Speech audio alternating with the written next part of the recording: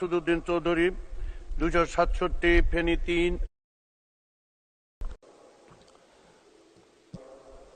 মাননীয় স্পিকার, দ্বাদশ জাতীয় সংসদের 2024-25 অর্থ বছরের বাজেট অধিবেশনে আমাকে মহান জাতীয় সংসদে কথা বলতে সুযোগ করে দেওয়ার জন্য আপনাকে অনেক ধন্যবাদ জানাচ্ছি।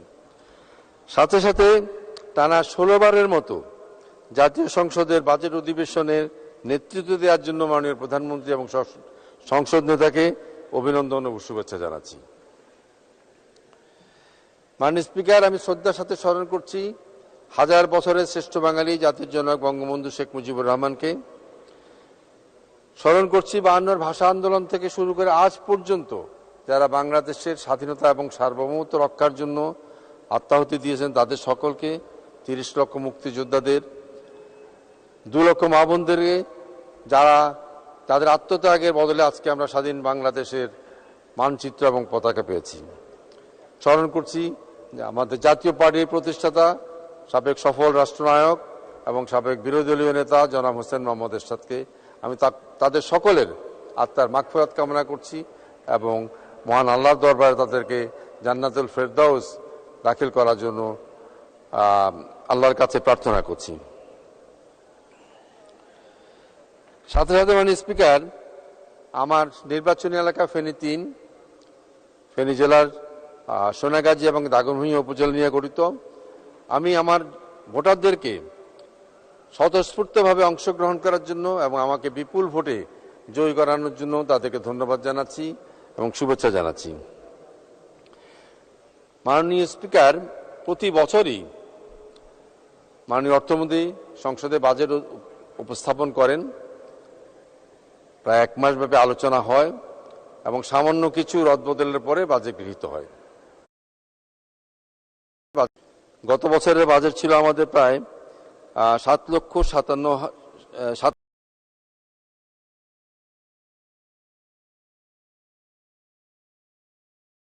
প্রায় 90,000 কোটি টাকা।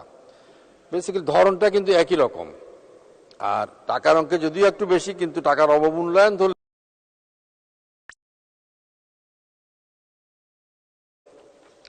তবে ইম্পর্টেন্ট কথা হচ্ছে এই বাজেটের নতুন কোনো আশার বাণী কিন্তু জনগণ শোনেনি। মাননীয় স্পিকার, আমি এই বাজেটের উপরে বিস্তারিত আলোচনা করার সময় হয়তো আমাদের নাই। 2-1টা বিষয় আলোচনা করব। সেটা শুরু করব কালো টাকা সাদা করা নিয়ে।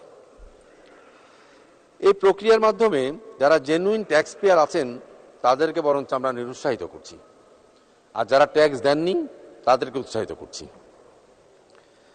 একজন সৎ ট্যাক্স পেয়ার যখন হাইয়েস্ট লেভেলে পৌঁছান উনি শতকরা 30% ট্যাক্স দেন, আর যিনি দেননি বছরকে বছর তাকে মাত্র 15% ট্যাক্স দিয়ে আমি তার এই টাকাটাকে বৈধ করার ব্যবস্থা করে দিচ্ছি। আমি জানি না কোন বিবেচনা আপনি এটাকে যুক্তিসঙ্গত মনে করুন মাননীয় স্পিকার। আর এই কালো টাকা কিন্তু আবার 2 রকমের আছে, একটা একটু বেশি কালো আর একটু কম কালো। মাননীয় স্পিকার, বেশি কালো হচ্ছে যেটা অর্জনটা অবৈধভাবে এবং করে সম্পদের পাহাড় গড়েছেন এবং ট্যাক্সও দেননি। আর কিছুটা কম কালো বলবো আমি তাকে, যেটা অর্জনের রাস্তাটা বৈধ, যেমন একজন ডাক্তার, একজন লয়ার, একজন বাসার বা বিল্ডিং এর মালিক, ভাড়ার মাধ্যমে তারা যে ইনকামটা করেছেন সেটা কিন্তু বৈধ। তাদের মধ্যে যে কাজটা যারা করেননি সেটা হচ্ছে তারা ট্যাক্সটা দেননি। এখন আমাদের বিবেচনায় এই দুটোকে যদি আনা হয়, প্রথমটাকে কোনোভাবে বৈধতা দেওয়া আমি যুক্তিসঙ্গত মনে করি না। যদি দিতে হয় দ্বিতীয়টাকে দেয়া যায়, যেটা অপ্রদর্শিত আয় সেটাকে বৈধ করা যায়। তবে কিছু কন্ডিশন আমি সাজেস্ট করব। সেটা হচ্ছে, যেহেতু তারা এত বছর ট্যাক্স দেননি, তাদের ট্যাক্সটা নর্মাল ট্যাক্স পেয়ারের সমান হয়ে প্লাস কিছু পেনাল্টি দিতে হবে, 1 নম্বর। 2 নম্বর হচ্ছে তারা এই টাকাটাকে যেন কোনো না কোনো জায়গায় ইনভেস্ট করেন সেই ব্যবস্থা করতে হবে। যদি আমি অপরাধী করলাম, সেটা কোনো সাজাই পেলাম না, আরো কম ট্যাক্স দিয়ে আমি হোয়াইট হয়ে গেলাম, তাহলে কিন্তু আমরা সবসময় ট্যাক্স যারা দিচ্ছে না তাদেরকে উৎসাহিত করতে থাকব।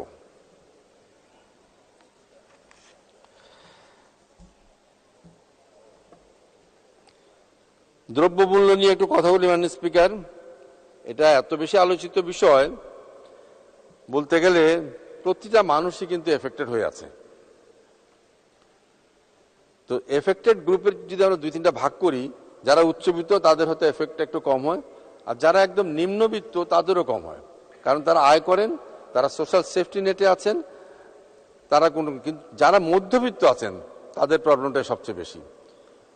এই মধ্যবিত্ত গ্রুপকে কিভাবে বাঁচানো যায়, কিভাবে রক্ষা করা যায়, সেই জন্য মাননীয় অর্থমন্ত্রীকে আমি অনুরোধ করব এইটার একটা ব্যবস্থা যেন অবশ্যই আনেন, যেন মধ্যবিত্ত গ্রুপটাও সেফটি নেটে আসতে পারে।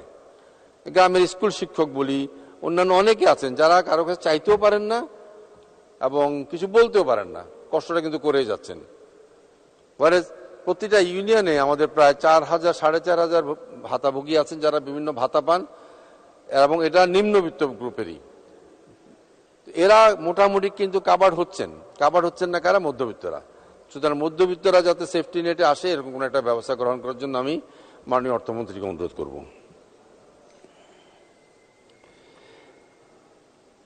আর দ্রব্যমূল্যের কারণে মাননীয় স্পিকার, এই সরকারের অনেকগুলো ভালো ভালো কাজ কিন্তু নিগেট হয়ে যাচ্ছে।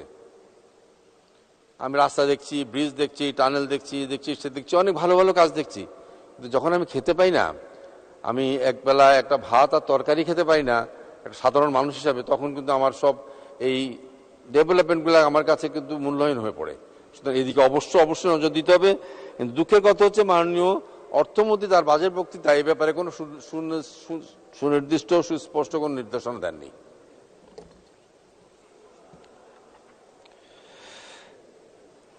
অর্থনৈতিক খাতের কথা যদি বলি মাননীয় স্পিকার, এটা নতুন করে বলার আসলে কিছু নাই। ব্যাংক ডাকাতি, ব্যাংক লুটপাট এটা চলেই আসছে, এবং দুঃখজনক হচ্ছে এটা কয়েকদিন মিডিয়াতে থাকে। এই মিডিয়াতে থাকার পরে কি হলো, কি ইনকোয়ারি কি হলো, রেজাল্ট কি হলো, শাস্তি কি হলো, এটা কিন্তু সাধারণ জনগণ জানে না। এটা অবশ্যই কোনো না কোনো ব্যবস্থা গ্রহণ করতে হবে। এভাবে চলতে দিলে অর্থনীতি কিন্তু আসলেই শেষ হয়ে যাবে। যেমন কিছু কিছু প্রতিষ্ঠান আছে যে ব্যাংকগুলিকে দুর্বল বলা হয়, তাদেরকে অন্যদের সাথে মার্জ করানো হচ্ছে।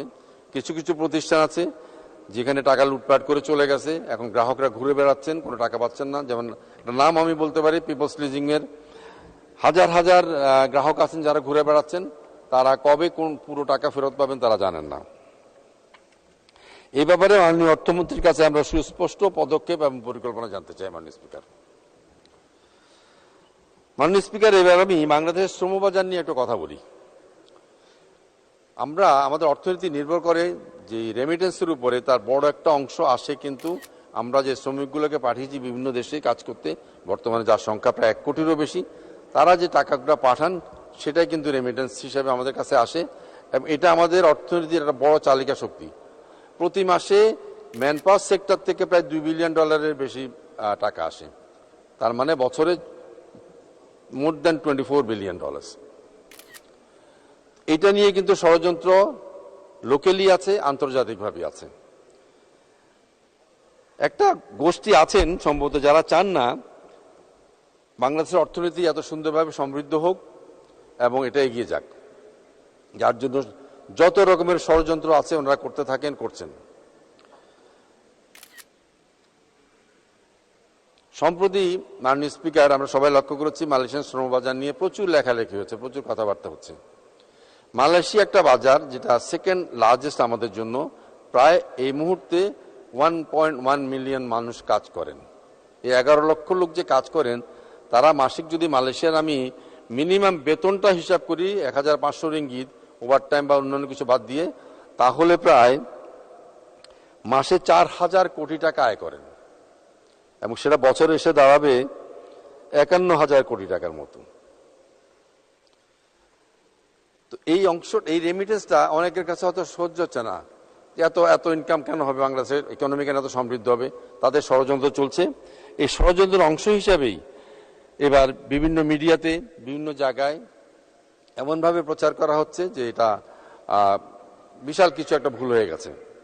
মাননীয় স্পিকার, আপনি অবশ্যই জানেন আমাদের শ্রমবাজার যেসব দেশগুলোকে ফোকাস করে করা হয়, প্রত্যেকটা জায়গাতেই সৌদি আরবিয়া থেকে শুরু করে সিঙ্গাপুর বলি, কাতার বলি, দুবাই বলি, any country that you name, প্রত্যেকটা জায়গায় কিছু সিলেক্টিভ এজেন্সি কাজ করে। এই সিলেক্টিভ এজেন্সি কারা? এটা ডিসাইড করে যারা শ্রমিক নিবে তাদের পদ্ধতির মাধ্যমে তারা ডিসাইড করে।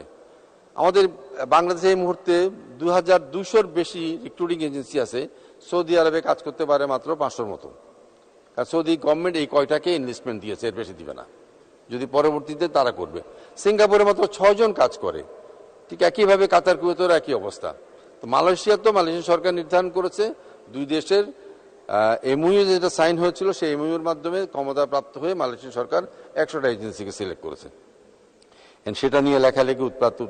তার মানে বছরে যে আমরা 50,000 কোটি টাকার বেশি পেতাম, সেটা যেমন করে বন্ধ করা হোক। এটা কার স্বার্থে হচ্ছে আমি জানি না, মাননীয় স্পিকার, বাংলাদেশের স্বার্থে না অন্য কারোর স্বার্থে। মাননীয় স্পিকার, আমাদের দেশে গ্যাসের সংকট আছে, কিন্তু কিছু কিছু গ্যাস ফিল্ড, যেমন আমি একটা বলি, আমার জেলা ফেনীতে বালুয়া চৌমুহনীতে একটা গ্যাস ফিল্ড আছে, যেটা 1981 সালে আবিষ্কার করা হয় এবং পরবর্তীতে অ্যাবান্ডন করা হয়। কেন যে অ্যাবান্ডন করা হলো বিশদ ব্যাখ্যা কিন্তু আমরা কোনোদিনই জানিনি।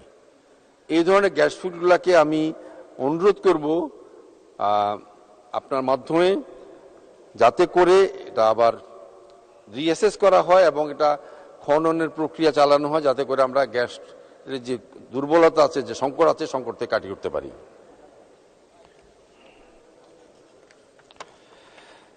স্পিকার, বঙ্গবন্ধু শেখ মুজিব শিল্পনগরী আমাদের যে বর্তমান সরকারের ইকোনমিক জোনগুলোর মধ্যে সবচেয়ে বৃহত্তম প্রকল্প, যার একটা অংশ আমার নির্বাচনী এলাকা সোনাগাজীতে। এতে সম্পূর্ণ হলে প্রায় 15 লক্ষ লোক কাজ করবে বলে আমরা জানি, এবং সবচেয়ে তৃতীয় বৃহত্তম। এবং মাননীয় সদস্য, সময় তো শেষ, 1 মিনিট, 2 মিনিটের মধ্যে শেষ করুন। তো এত বড় সুন্দর একটা প্রচেষ্টা মাননীয় প্রধানমন্ত্রী এবং সরকারের, কিন্তু আমলাতান্ত্রিক কিছু জটিলতার কারণে এটার কাজটা আগাচ্ছে না। বিশেষ করে আমার নির্বাচনী এলাকা সোনাগাজীতে যে জায়গাটা, ল্যান্ড অ্যাকুইজিশনটা এখনো শুরু হয়নি। মাননীয় স্পিকার, কখন প্লট অ্যালটমেন্ট হবে, কখন কাজ শুরু হবে? আর মানুষ কিন্তু এটাতে তাকিয়ে আছে যে এখানে যে বললাম 15 লক্ষ লোক কাজ করবে, সেই লোকগুলো কাজের সুবিধা যেন হয়। সাথে সাথে এদের ট্রেনিং এর একটা ব্যাপার আছে, যে ট্রেনিংটা ইমিডিয়েটলি শুরু করতে হবে। মাননীয় স্পিকার, আমার এলাকায় ফেনীর কাছে লালপুল নামক একটা জায়গা আছে মাননীয় স্পিকার, যেখানে প্রতিনিয়ত অ্যাক্সিডেন্ট হচ্ছে। এখানে একটা আন্ডারপাস বা ওভারপাস করার জন্য আমি নিজেই এই মহান সংসদে বারংবার উপস্থাপন করেছি, কিন্তু এখন পর্যন্ত কোনো কাজ হয়নি। আমি আপনার মাধ্যমে মাননীয় সড়ক এবং সেতু মন্ত্রীকে অনুরোধ করবো ইমিডিয়েটলি যেন এখানে কোনো অ্যাকশন নেওয়া হয়, যাতে করে প্রাণ এবং জানমালের যেন ক্ষতি আর না হয়। মাননীয় স্পিকার, আমরা স্বাস্থ্যসেবার দিক থেকে আমার জেলা ফেনী একটু পিছিয়ে আছে। সেজন্য আমি এর আগে অনুরোধ করেছিলাম ফেনীতে একটা মেডিকেল কলেজ করার জন্য, যেটা দাগনভূঞাতে প্রতিষ্ঠিত হতে পারে, যাতে করে স্বাস্থ্য সেবাও হবে, সাথে সাথে এলাকার লোকজনের দাবিও মিটবে। ঠিক একইভাবে বঙ্গবন্ধু শেখ মুজিব শিল্পনগরীকে কেন্দ্র করে যে লোকজনের প্রয়োজন হবে, এই লোকগুলিকে প্রশিক্ষিত করার জন্য আমাদের এলাকায় একটি টেকনিক্যাল ইনস্টিটিউট এবং ইউনিভার্সিটি করার জন্য আমি দাবি জানাচ্ছি মাননীয় স্পিকার।